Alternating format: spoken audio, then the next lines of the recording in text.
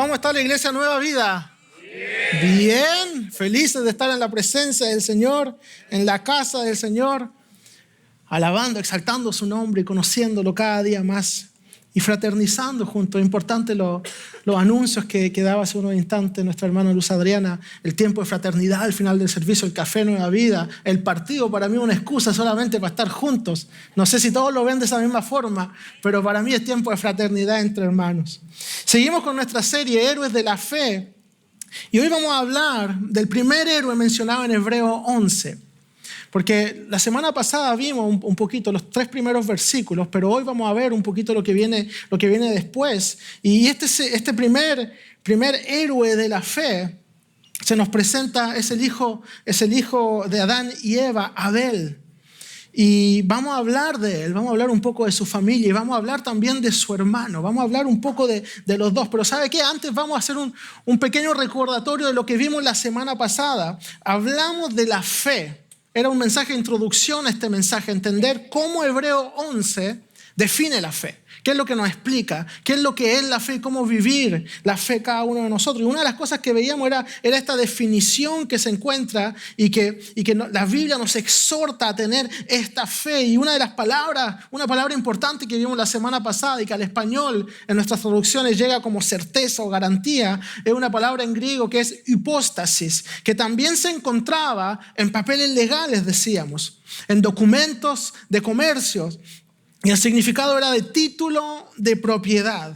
Y los que tienen la bendición de ser propietarios de una casa, por ejemplo, tienen esa experiencia de cuando una propiedad te pertenece, de los trámites que hay que hacer para que te pertenezca oficialmente. Cuando se dice que tienes una casa o que se te entrega una casa, hablamos de documentos que son importantes para la prueba, la garantía de que eso te pertenece. Y si estuviéramos en el tiempo de la Biblia, en esos documentos estaría la palabra hipóstasis. La semana pasada veíamos que tener fe es tener una total certeza, total seguridad y garantía en cuanto a las promesas de Dios. Eso es tener fe en Dios. Saber que somos dueños de una promesa y una promesa generosa y en varias cosas, en varias partes. El regreso de Cristo, veíamos que la resurrección, la instauración del reino de Dios. Y con esto hay mucha esperanza también de bendición. La resurrección nos habla de vencer la muerte, esperanza de volver a ver a nuestros seres queridos que se nos han adelantado a la eternidad. La esperanza de que la muerte no es el fin, de tener un cuerpo glorificado, sin dolor, sin enfermedad, sin limitaciones. Los que más jóvenes tenían cabello, volver a tener cabello. Los que quieren ser más grandes, a lo mejor, no sé, un cuerpo glorificado. La instauración del reino de Dios, el regreso de Cristo, es ver desaparecer el pecado, la maldad, la injusticia y otros sufrimientos provocados por la caída, por el pecado.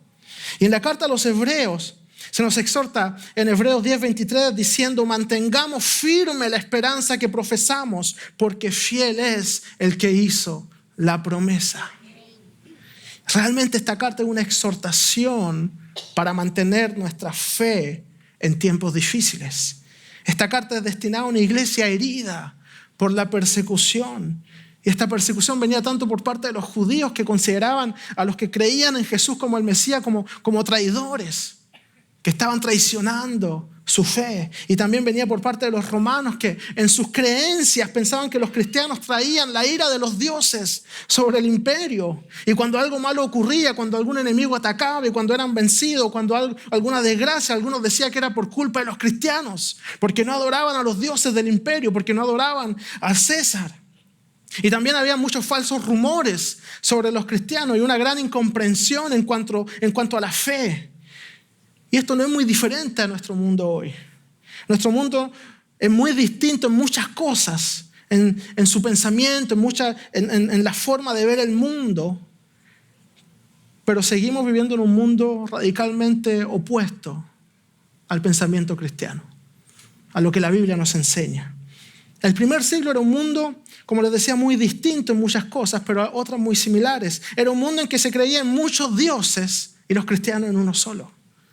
Y por eso eran criticados, juzgados. En el mundo de hoy, aunque no se cree que hay muchos dioses, sí se cree que hay muchas verdades. Se cree que cada uno puede encontrar su propia verdad o construir su verdad como le acomode o como le gusta, crear su propio camino, pero la Biblia nos enseña que solo hay una verdad, solo hay un camino y es Cristo Jesús.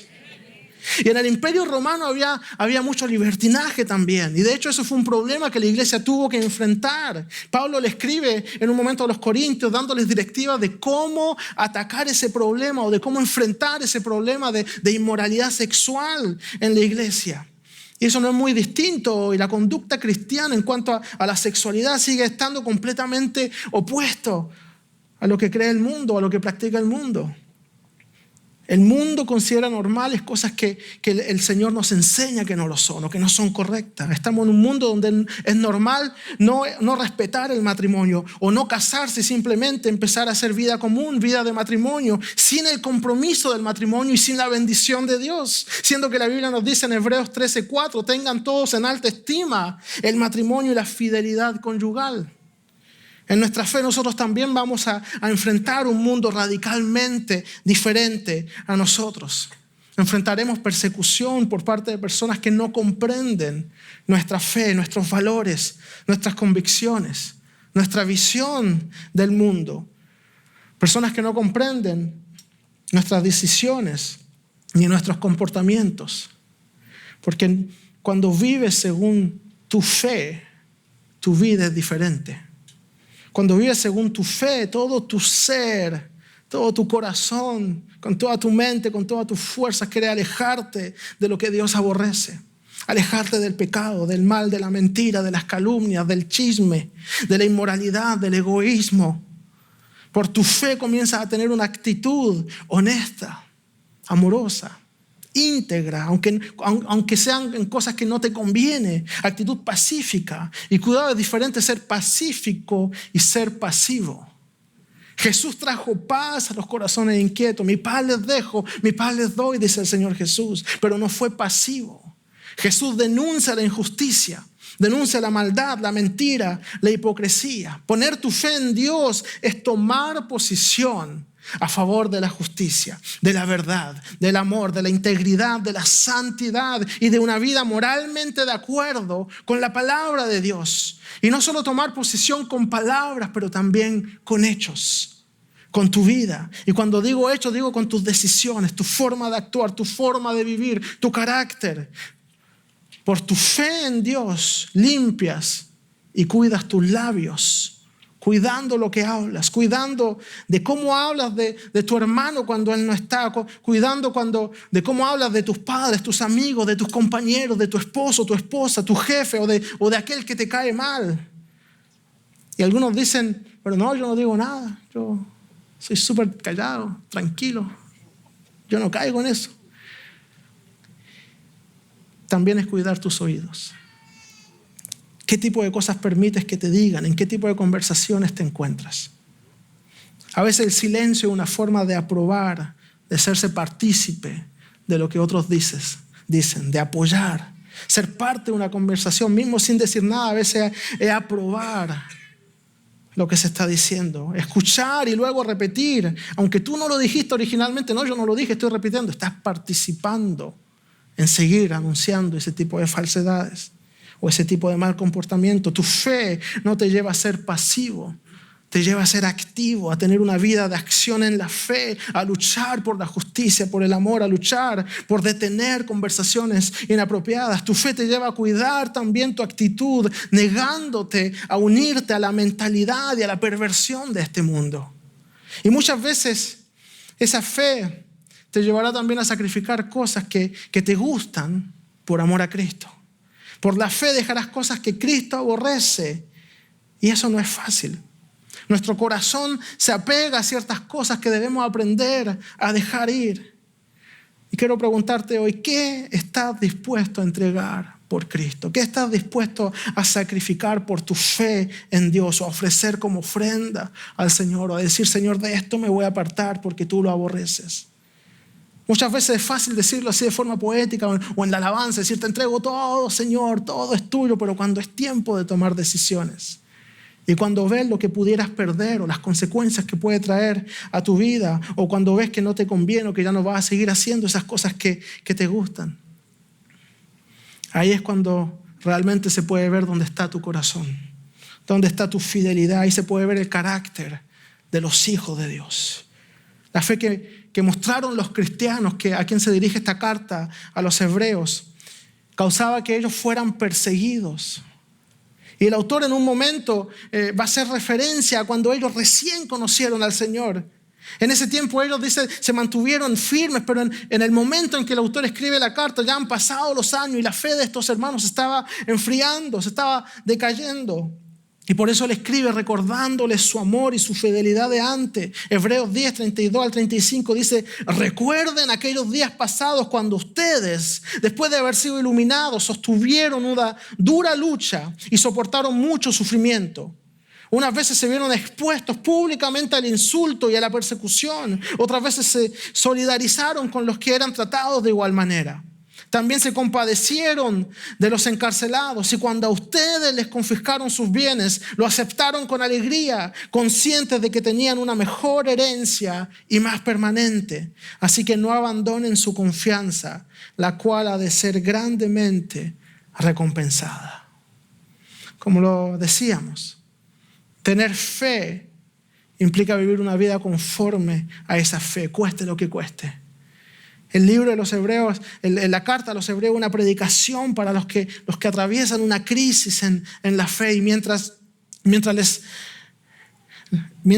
estén ahí tienen que recordar su promesa, las razones por las que deben mantenerse firmes. Les escribe las razones, les recuerda, les da herramientas para avanzar en este camino cuyo itinerario a veces nos lleva a lugares difíciles. Caminos montañosos, altos, bajos. Hebreo nos recuerda que para avanzar y llegar a la cima de ciertas montañas debemos tener los equipos necesarios. No se llega a la cima sin esfuerzo. Y el centro de este caminar con Dios es la fe. Una fe puesta en Dios. El capítulo 11 de Hebreo es el punto culminante de esta argumentación. Aquí empieza a presentar ejemplos de personas que se mantuvieron en la fe y de cómo Dios los recompensó. Personas que son ejemplo para todos nosotros y cómo Él respondió. Porque recuerde, Dios siempre recompensa la fe. Y en esta lista está Abel. El título del mensaje de hoy es La fe de Abel. Y como les decía, la semana pasada leímos los 3 primeros versículos de Hebreo 11 para comprender lo que es la fe. Hoy vamos a ver el versículo siguiente para aprender juntos algunas claves que nos enseña a través de esta vida de este hombre. Hebreos 11, 4 dice: por la fe, Abel ofreció a Dios un sacrificio más aceptable que el de Caín, y por ella recibió testimonio de ser justo, pues Dios aceptó su ofrenda. Por la fe, Abel, a pesar de estar muerto, habla todavía. El primer principio que quiero compartir hoy en este versículo: la fe te lleva a hacer cosas para Dios. Y esto nos parece quizá evidente, leemos el texto y sí, hacer cosas para Dios, pero si somos honestos y analizamos un poco la situación, nos vamos a dar cuenta que cuando venimos a Dios, sea en la iglesia, sea en un tiempo de oración privado, en su casa, la gran mayoría de las veces es para pedir algo. Esperando que Él haga algo por nosotros. Pero aquí lo primero que dice no es Dios hizo o Dios le dio a Abel esto. No, es Abel ofreció a Dios. Él le dio a Dios. Este es un primer verbo de acción muy, muy importante, palabra clave en este versículo. Ofreció algo a Dios. La fe de Abel fue expresada dando algo, ofreciendo algo. Le dio a Dios. Quiero decirte lo siguiente nuevamente: no existe la fe pasiva. La fe lleva acción. Y lo vemos aquí en este texto, pero también lo vemos en otros lugares de la Biblia. Por ejemplo, en Santiago 2:17, así también la fe, si no tiene obras, es muerta en sí misma. Y aquí Santiago está hablando de practicar obras de justicia. Si ves a un hermano que tiene necesidad y puede ayudarlo y no lo haces, estás actuando mal. Si eres capaz de ser generoso y no lo eres, estás actuando mal. Ok, pero estamos hablando de ofrecerle algo a Dios. ¿Por qué ahora estamos hablando de ofrecerle algo a los hermanos, a los que tienen necesidad? Recuerda lo que dijo Jesús en Mateo 25:40. Tuve hambre, me dieron de comer. Tuve sed, me dieron de beber. Fui forastero y me dieron alojamiento. Necesité ropa, estuve enfermo y me atendieron. Cada vez que hacemos algo por nuestro hermano, aún por el más pequeño, dice Jesús, lo haces por mí. Cada vez que le damos de comer al hambriento, de vestir al necesitado, que consolamos al angustiado, consideremos que lo estamos haciendo directamente al Señor. Y Santiago también dice en Santiago 4:17, así que comete pecado todo el que sabe hacer el bien y no lo hace. La pasividad también puede ser pecado. No hay en la Biblia la idea de una fe que no está activa o que es pasiva. No es bíblica la idea de poner tu fe en Dios sin que cambie, sin que transforme tu vida, sin que tengas que tomar decisiones en cuanto a tu fe, en cuanto a tus valores. No es bíblica la idea de poner tu fe en Dios sin compromiso, sin ser transformado, sin ser guiado por su Espíritu, sin ser moldeado a la imagen de Cristo. Y cuando hablamos de fe, en Hebreos 11 hay una lista de verbos de acción que también vimos la semana pasada. Conquistaron, hicieron justicia, alcanzaron, fueron fortalecidos, actuaron, obedecieron y en el caso de Abel ofreció algo. Y esto lo vemos también con Jesús y sus discípulos. Jesús, cuando llamó a sus discípulos, sus vidas cambiaron completamente. Cada vez que vemos a Jesús llamando a un discípulo, acto seguido, el discípulo lo deja todo para seguirlo. Marcos 1, 17, 18. Vengan, síganme, dijo Jesús, y los haré pescadores de hombres. Al instante, dice, dejaron las redes y lo siguieron. Y dejar las redes, nosotros lo leemos ahí tan rápido como algo tan simple que ya dejaron las redes y se fueron. No, pero las redes representaban todo lo que ellos tenían, todo su sustento, era su trabajo, era su forma de ganar dinero, de traer comida a la casa. Pero cuando Cristo los llamó, al instante dejaron las redes y lo siguieron. Seguir a Jesús es tomar una decisión que cambia tu vida. Seguir a Jesús es estar dispuesto a soltar las redes que te atan a tu antigua forma de vivir. Las redes que te atan a tu pasado, a tu pecado, a tus temores, a tus errores de antes. Llámense hábitos pecaminosos, grosería, mal carácter, envidia, mentira. Por eso Pablo escribe en Efesios 4, 22 al 24, con respecto a la vida que antes llevaban. Se les enseñó que debían quitarse el ropaje de la vieja naturaleza, la cual está corrompida por los deseos engañosos, ser renovados en la actitud de su mente y ponerse el ropaje de la nueva naturaleza creada a imagen de Dios en verdadera justicia y santidad. Y luego prosigue a dar algunos ejemplos. Habla de dejar la mentira. Algunas veces son buenos para mentir. Tiene una cita, va tarde, lo llaman. ¿Dónde está? No, voy en el puente y todavía está en la casa poniéndose los zapatos. Y ni siquiera ha salido de la casa, ¿no? En el puente, en el túnel, a donde sea, pero que no sea tan vergonzoso. Efesios 4:25, dejando la mentira, hable cada uno a su prójimo con la verdad. El que robaba, que no robe más. Que trabaje honradamente con las manos para tener que compartir también con los necesitados. Evite toda conversación obscena, que sus palabras contribuyan a la necesaria edificación, dice Pablo, que sean de bendición para los que escuchan. Eso a muchos les cuesta. Ay, pastor, entonces, ¿qué vamos a hablar? ¿Qué vamos a decir? Cosas buenas, cosas de bendición. Pero necesitamos saber para poder orar por las personas. Tenemos que saber un poquitito. O cuando escuchamos un testimonio, ¿no? El Señor me restauró, el Señor me sanó, a pesar de todo lo que pasó en el matrimonio. ¿Y qué pasó en el matrimonio? No, como que nos interesa más saber lo que le pasó que saber que fue restaurado por el Señor. No necesita saber nada, el Dios lo sabe todo. Si ve a su hermano triste, no necesita saber por qué, ore por él simplemente. Y si su hermano necesita hablar con alguien para desahogarse y ser fortalecido en la fe, ahí sí escuche y muéstrese digno de confianza. Más que un hermano, muéstrese digno de confianza, como un hermano en la fe. Y si no, evite el chisme. La Biblia nos manda a evitar la amargura, la ira, el enojo, los gritos, las calumnias, toda forma de malicia. Y dice, más bien sean bondadosos, compasivos, perdonadores. Imitemos el carácter de Cristo. Y para lograr eso, lo más probable es que tendrán que cortar algunas cosas. Y cada uno es diferente. Quizás algunos tendrán que cortar amistades que no te convienen, que te hacen daño, que te guían hacia malos hábitos o que te mantienen en malos hábitos. Y esas amistades están quizás aquí mismo en la iglesia, y si están aquí, exhorta a esos hermanos, amigos en la fe, a caminar rectamente con usted, a salir de esos malos hábitos. Sean guardianes los unos de los otros, guardianes de sus corazones, de la santidad los unos de los otros. Los malos hábitos se mantienen porque no son confrontados en amor. Seamos aquellos que ayudan a nuestros hermanos a levantarse y ser realmente imitadores de Jesús. Y si su hermano no quiere escuchar, la Biblia nos exhorta a cortar esas relaciones. Porque son relaciones que te alejan de Dios, que te quitan tu fe, que te hacen dudar, que te hacen volver a caminos de pecado, caminos que te hacen daño. Seguir a Jesús, vivir por fe, implica estar dispuesto a dejarlo todo atrás. El llamado de Jesús no es una fe pasiva, no es una fe discreta o fácil, es una fe radical. Mateo 16:24, si alguno quiere ser mi discípulo, que se niegue a sí mismo, tome su cruz y me siga. Seguir a Jesús implica negarse a sí mismo y tomar su cruz. Y hacer todo esto implica tomar decisiones, negarse a sí mismo y abandonar cosas que quizás te convienen o que te gustan, pero que Cristo aborrece. ¿Y qué tiene que ver esto con Abel? Abel dio lo mejor. Fue un sacrificio en todo sentido. Estuvo dispuesto a perder lo mejor que tenía para dárselo a Dios. Perder algo que para él era agradable, que para él era bueno, para dárselo a Dios.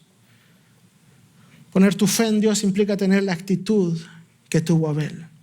Perder algo que te agrada, algo que te conviene tener y dárselo al Señor. Su ofrenda fue aceptada por su fe, por su actitud. Y el texto nos da pistas en cuanto al hecho que fue aceptada por su excelencia, fue mejor. Y este es el segundo principio. Cuando oras por fe, cuando haces algo por fe, lo haces bien. Lo haces con excelencia, porque lo haces con amor para el Señor. Por su fe, Abel ofreció algo mejor que Caín. Y aunque el texto, como les decía, no nos dice explícitamente por qué la ofrenda de Abel fue agradable a Dios y no la de Caín, este texto, al igual que otros en la palabra, nos da varias pistas. Y si leemos solo para recordar este texto, Génesis 4, versículo 3 al 7, dice: Caín presentó al Señor una ofrenda del fruto de la tierra. Abel también presentó al Señor lo mejor de su rebaño, es decir, los primogénitos con grasa, y el Señor miró con agrado a Abel y a su ofrenda, pero no miró hacia Caín ni a su ofrenda. Por eso Caín se enfureció y andaba cabizbajo. Entonces el Señor le dijo: ¿por qué estás enojado? ¿Por qué andas cabizbajo? Si hicieras lo bueno, podrías andar con la frente en alto, pero si haces lo malo, el pecado está a la puerta para dominarte. No obstante, tú puedes dominarlo. En este texto podemos ver el efecto del pecado en esta familia. Y muchos hacen la pregunta: bueno, ¿qué pasa con la ofrenda de Abel? ¿Por qué no es aceptada de Caín? ¿Por qué no es aceptada como la de Abel? Y como les decía, el texto no dice directamente por qué, pero tenemos algunas pistas interesantes. Se dice, por ejemplo, que de Abel ofreció lo mejor que tenía, los primogénitos con grasa. Y no dice lo mismo de la ofrenda de Caín, pero tampoco dice lo contrario necesariamente. El texto, de hecho, parece que no le interesa tanto si la ofrenda era buena o era mala. Parece que se interesa mucho más en la reacción de Caín, en su corazón, en su actitud. Él se enojó. El texto nos da pistas de que Caín que no tenía una buena actitud, que no tenía una buena relación con Dios probablemente, y las motivaciones para dar su ofrenda probablemente no eran las correctas. Y muchas veces escuchamos personas decir: no, dale, siembra, dale a Dios, dale 100 y Él te va a devolver 1000. Hermano, Dios quiere bendecir a su pueblo, yo estoy de acuerdo, pero dar con expectativas de recibir no es dar, es invertir. Es diferente, no es lo mismo. Si va a invertir, que sea en el reino de Dios, no en su propia ofrenda, que sea en el reino de Dios realmente. Una ofrenda es darlo todo por amor a Dios, no por amor a la idea de que Dios te lo va a devolver multiplicado. Tratamos a Dios como si fuera una cuenta de ahorro con intereses altos, que le damos y que vamos a tener mucho más. Dios no es eso. Pero como decía, claro que Dios quiere bendecir, claro que Dios quiere tu bien, claro que hay promesas, pero también Dios quiere enseñarnos principios. Y uno de esos es la generosidad. No es dar para recibir, es dar para bendecir. Porque si das para recibir, tu amor no está en Dios ni en tu prójimo al que vas a ayudar, está en lo que diste, porque lo quieres de vuelta, pero más grande. Eso es un problema. No sabemos si reírnos o si enojarnos, pero eso es un problema de todos modos. Por eso Jesús dijo, no se puede servir a Dios y al dinero. Tu corazón tendrá un solo Señor, amarás más a uno que al otro. Y muchas veces nos gusta la idea de dar algo y recibir mucho más.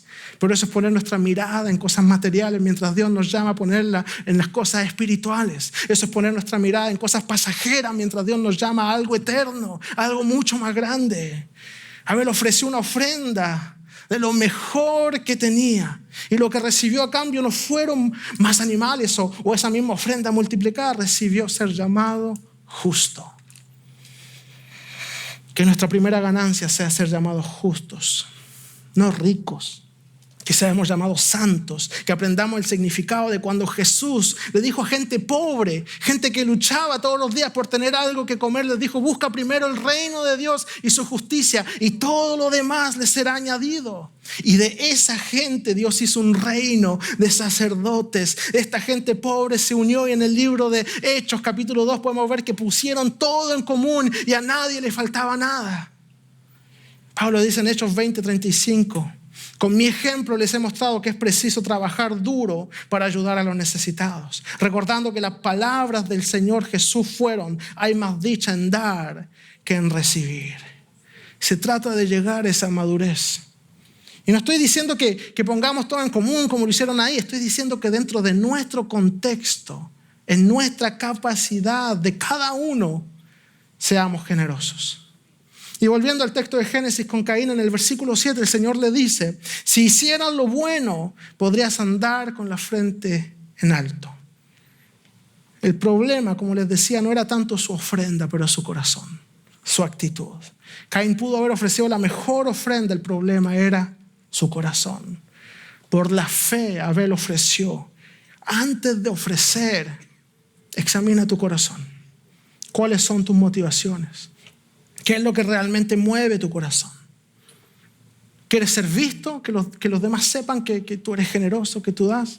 Tal como dice Jesús de los religiosos de su época que hacían las cosas para ser vistos. Esa es su recompensa. Ya los vieron. Eso es todo lo que van a tener. Esa será su recompensa si solo quieren ser vistos. ¿Quieren enriquecerse? Por lo general, la gente que tiene esa idea de enriquecerse también tiene la actitud que va con eso. Falta de generosidad, mente enfocada solamente en hacer ganancias, lo que puedo recibir, lo que puedo ganar, lo que a mí me van a dar. Su fe y su esperanza no está puesta en Cristo, pero en el dinero. Los hijos de Dios ponen su fe y su esperanza en Jesús. Y el autor de la carta a los Hebreos nos quiere enseñar que la fe está íntimamente ligada a la esperanza. Tener fe en mirar a Dios sabiendo que Él tiene el control de todo. Mientras tener esperanza es mirar hacia el futuro sabiendo que el Señor también controla ese futuro, que también está en sus manos, que tu vida está en sus manos. No importa cuánto dinero tenga, el dinero se puede esfumar, no importa qué título tenga. Todo lo puedes perder tu trabajo, todo puede desaparecer en cualquier momento, pero su palabra permanece para siempre. Sus promesas son siamen, su gracia es eterna, su sangre nos redimió para siempre. Y ese es nuestro legado, perdón de pecados, vida eterna y esperanza por la eternidad. Eso, ahí están puestos nuestros ojos.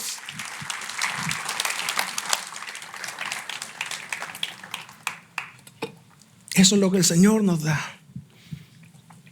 Y muchas veces lo que nos pide, lo que nos impide dar o ser generoso es la fe. Ofrecerle algo a Dios es la falta de fe, la falta de confianza en Dios. Falta de no poner nuestra esperanza en Él para nuestro futuro. ¿Qué tal si doy algo y luego me hace falta? ¿Qué tal si doy y luego lo necesito? Confiar en Dios es saber que mientras tú alineas tu vida con su voluntad y buscas primeramente su reino, su justicia, Él se encarga de absolutamente todo el resto. Él no te dejará ni te abandonará. Él está contigo en todo momento y tu llamado es ser un hijo obediente, un coheredero con Cristo, hombres y mujeres santos para el Señor, cuya fe y esperanza están puestas en Dios en todo tiempo, pase lo que pase. Y no estoy hablando de dar de una forma irresponsable o sin medida. Estoy hablando de tener un lugar en todo aspecto de tu vida para Dios, incluyendo tu horario, tu presupuesto, las decisiones de tu vida, tus decisiones en cuanto a tus amistades, que haya un horario para un espacio para Dios en tu horario, así como hay un espacio para tu familia, la familia que el Señor te dio, que tienes que cuidar, que haya un espacio para el Señor. Dale un lugar a Dios en tu vida, porque Él lo dio todo por ti. Y algo más en cuanto a esto, una cosa es tener esperanza, otra cosa es tener esperanza y fe. Esperanza y fe te dan seguridad, certeza, garantía. Pero esperanza sin fe solamente es optimismo. Esperanza sin tu fe puesta en el Dios que levantó a Cristo de entre los muertos es una esperanza vacía y sin futuro, porque tu futuro eterno es con Cristo Jesús y en nadie más. Por eso la importancia de la fe, y no solo la esperanza, la fe te hace actuar. Solo en el capítulo 11 de Hebreos está la frase por la fe seguido de una acción 22 veces. Así que hermanos, si va a hacer algo, que sea por la fe. Si va a dar, a ser generoso, implicarse, a ayudar a su prójimo, a ofrendar, a dar diezmo, a responder a los llamados de implicación mismo en la iglesia, que sean con tus ojos puestos primeramente en la cruz, que sea por fe, sabiendo que Dios te ve, sabiendo que tienes recompensas eternas, recompensas mucho más valiosas que lo que puedas tener de material. Por la fe, Abel ofreció a Dios un sacrificio más aceptable. Por la fe. No se trata tanto de cómo es tu ofrenda, qué tanto das, cuál es la calidad o la cantidad. Se trata más bien de tu actitud, de tu corazón y de tu fe puesta en Dios. Luego el texto nos dice, versículo 4 de Hebreos 11, y por ella recibió testimonio de ser justo. Estamos hablando de Abel. Pues Dios aceptó su ofrenda. Por la fe, Abel, a pesar de estar muerto, habla todavía. Por la fe recibes testimonio de ser justo. Eres aprobado por Dios al poner tu fe en Él. Y fíjese qué interesante esto. Dice, por la fe, a pesar de estar muerto, habla todavía. Por la fe el testimonio de Abel sigue hablando, sigue inspirando, sigue enseñándole a todo el que quiera escuchar cuál es el secreto para ser agradable a Dios. ¿Quieres ser agradable a Dios? Tenga la fe de Abel. Fe puesta en Dios. De con intención de honrar a Dios. De por amor al prójimo, para bendecir. De lo mejor que tiene. Por la fe Abel recibió testimonio de ser justo. Y hay promesas para los justos. Mateo 13:43. Jesús dice, entonces los justos brillarán en el reino de su Padre como el sol.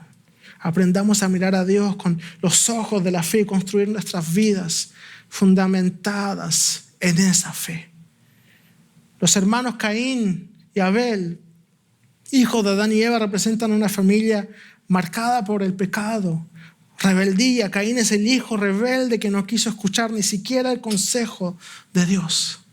La Biblia nos enseña principios sobre cómo educar a los hijos hasta llegar el momento en que ellos toman la decisión de poner su fe en Dios o no.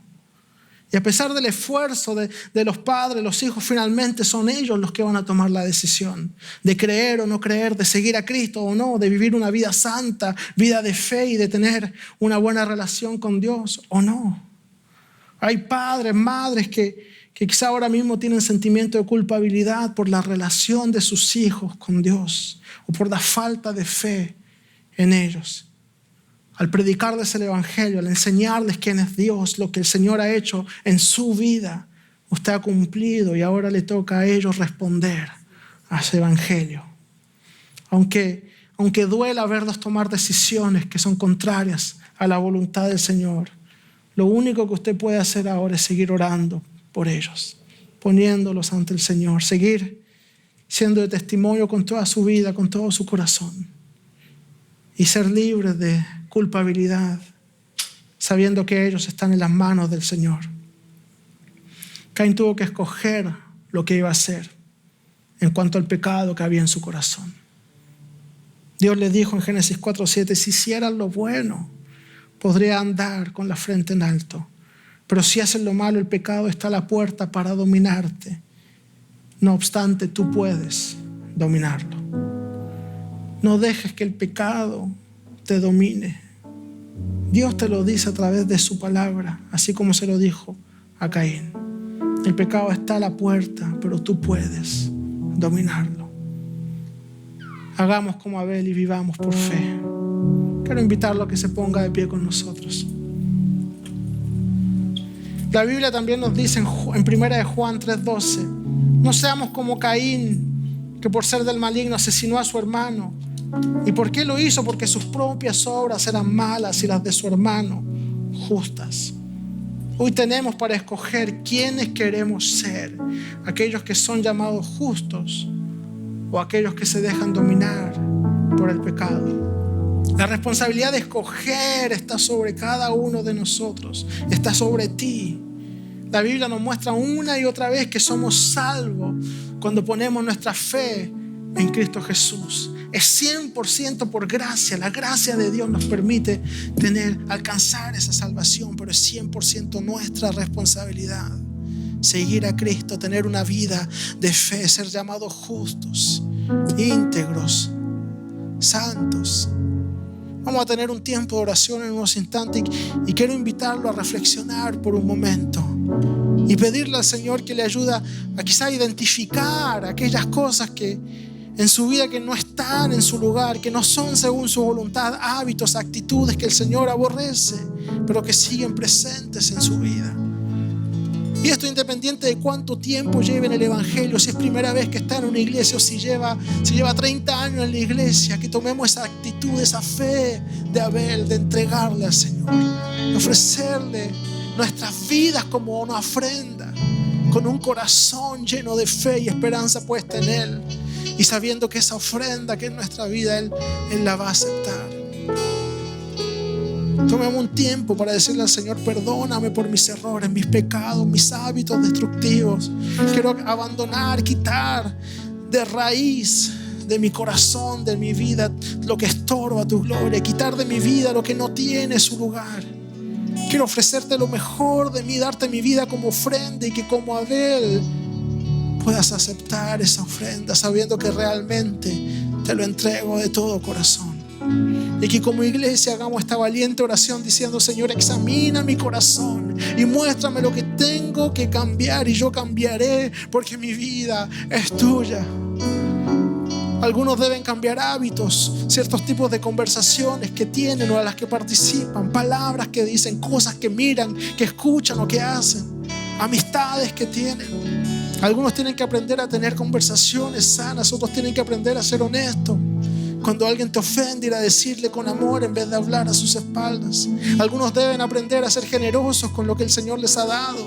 Cada uno tiene sus desafíos, sus luchas, pero que como iglesia le digamos al Señor que nos ayude a avanzar, que nos ayude a cambiar, que transforme nuestros corazones, que nos ayude a dejar todo atrás y seguirlo realmente a Él. Y que se diga de la iglesia Nueva Vida: por la fe hubo cambios de actitud, por la fe ofrecieron su mejor ofrenda, por la fe hubo cambios de hábitos, vidas fueron transformadas, hombres y mujeres cuyas bocas estaban sucias fueron santificadas, ahora hablan bendición, hablan con verdad, con justicia. Por la fe conquistaron corazones al ser ellos mismos un reflejo del amor de Dios. Por la fe Dios los usó con poder en medio de su ciudad. Por la fe hubo un antes y un después en la vida de miles de personas que vinieron a los pies de Cristo por el testimonio de ellos. Iglesia Nueva Vida, te invito a levantar tu voz ahora en oración, entregarle tus cargas, lo que te atormenta, pidiéndole perdón por tus pecados, pidiéndole que Él renueve tu fuerza, que transforme tu corazón, que transforme tu vida, todo tu existir. Entrégale todo lo que eres, todo tu corazón. Señor Jesús, te entregamos nuestras vidas, te entregamos nuestros corazones, Señor, como una ofrenda a ti, Señor. Juntos como iglesia te decimos, ponemos nuestra fe en ti, Señor. Queremos conocerte cada día más. Muéstranos, Señor, revélanos todo lo que estorba tu gloria en nuestras vidas, Señor, para quitarlo, para arrancarlo, Señor, y seguir avanzando conforme a tu voluntad, mi Dios. A ti te damos toda gloria, toda honra, todo el honor para siempre en el nombre de Jesús. Puede decir un fuerte amén y darle un fuerte aplauso al Dios que sigue transformando corazones, al Dios que merece toda gloria, toda honra, al Dios que está sentado en el trono, a nuestro Señor Jesucristo.